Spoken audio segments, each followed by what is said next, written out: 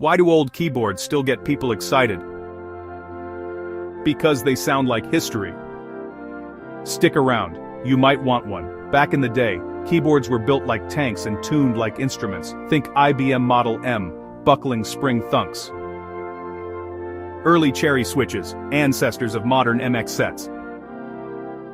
Thick PBT keycaps, removable switches, crazy longevity, decades of use, not disposable design. The sound is nostalgia, crisp, tactile, oddly comforting. Collectors love them for feel, repairability, and the way they make typing joyful again.